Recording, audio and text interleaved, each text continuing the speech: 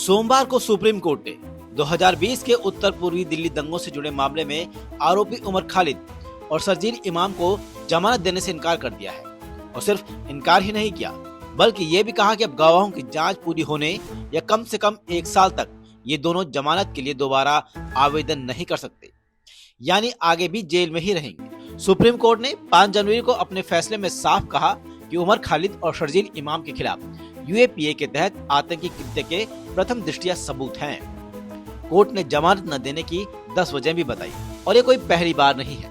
इससे पहले trial court से लेकर हाई कोर्ट और सुप्रीम कोर्ट तक इनकी जमानत 21 बार टल चुकी है। कभी जज नहीं रहते, कभी अदालत के काम का दबाव, तो कभी वकीलों की वजह। 5 साल से ज्यादा वक्त बीत चुका है, लेकिन अब तक मुकदमा शुरू नहीं हो पाया है। उमर खालिद और शर्जील इमाम फरवरी 2020 से जेल में है। दिल्ली पुलिस का कहना है सीएए के विरोध की आड़ में दंगों की साजिश रची गई, जिसमें 53 लोगों की मौत हुई थी और सैकड़ों लोग घायल हुए। पुलिस ने इन पर यूएपीए जैसे सख्त कानून लगाए और दोनों को मुख्य आरोपी बताया। अब एक और तस्वीर याद कीजिए।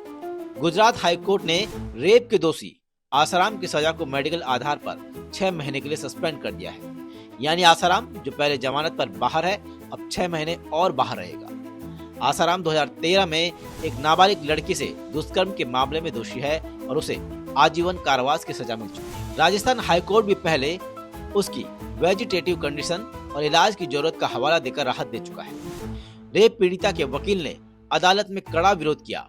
उन्होंने कहा कि पेश किए गए मेडिकल कागजों में ये नहीं लिखा है कि आसाराम की हालत बेहद गंभीर है। इसके बावजूद अदालत ने सजा निलंबित कर दी। दूसरा, डेरा सच्चा सौदा प्रमुख गुरु राम रहीम सिंह। 2017 में 2 महिला अनुयायियों से बलात्कार के मामले में 20 साल की सजा और एक पत्रकार की हत्या में उम्र कैद। फिर भी राम रहीम को बार बार पैरोल और फरलो मिल रही है। ताजा मामला 40 दिन की पैरोल का है।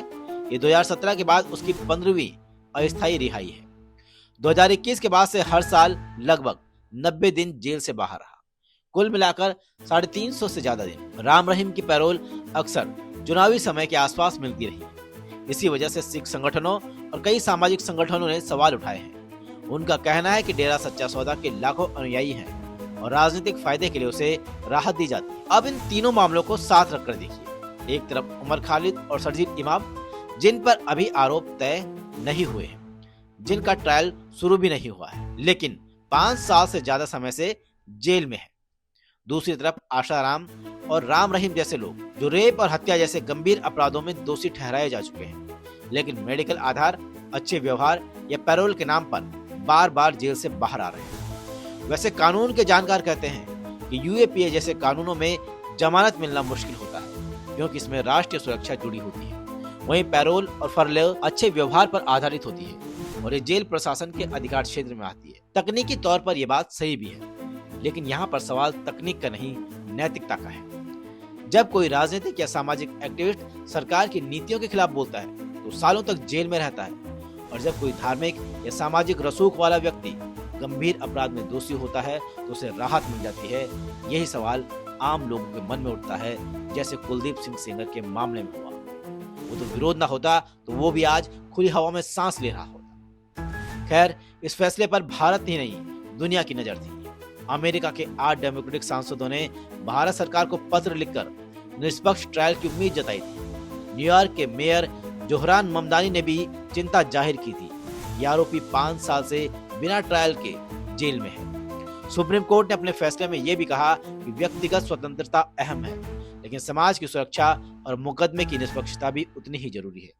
अदालत ने यह भी माना कि सभी आरोपियों को एक समान नहीं माना जा सकता, लेकिन जमीनी सवाल फिर से वही है कि क्या देश में 2 तरह के कानून चल रहे हैं, एक आम और राजनीतिक रूप से असहज लोगों के लिए और दूसरा रसूखदार, प्रभावशाली और चुनावी ताकत रखने वालों के लिए।